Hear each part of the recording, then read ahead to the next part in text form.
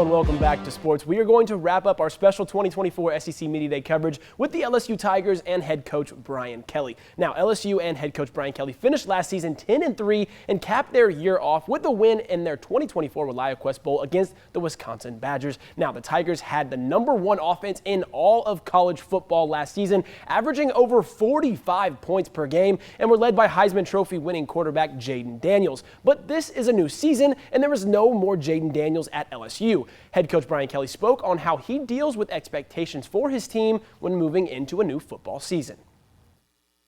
I don't know that from my perspective that I spend much time thinking about expectations, being overlooked, underlooked. I focus really, and this is all I've done, is how we stick to what we do, our process every single day. And if we're doing that, then the outcomes take care of themselves.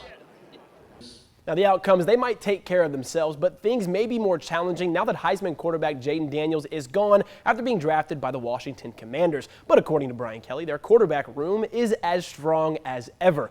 Garrett Nussmeier committed to LSU out of high school and has had to wait patiently behind great quarterbacks during his time as a Tiger, but his patience has now paid off as he has been named the starter going into next season. During SEC Media Days, Nussmeier spoke on why he chose to stick with LSU through the years, while Coach Brian Kelly spoke on the confidence he has in his new starter. I felt like when I was making my decision out of high school where to go to school, I felt like, there was a lot of prayer involved, and God brought me to LSU for a reason. And I did not feel like it was my time and to just pack up and leave. I felt like it was my duty to just keep my head down and trust into His timing and just work. I know God's timing is always right.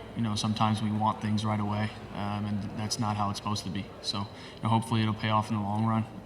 So I would say I just, felt like I had to trust in Him and keep my head down.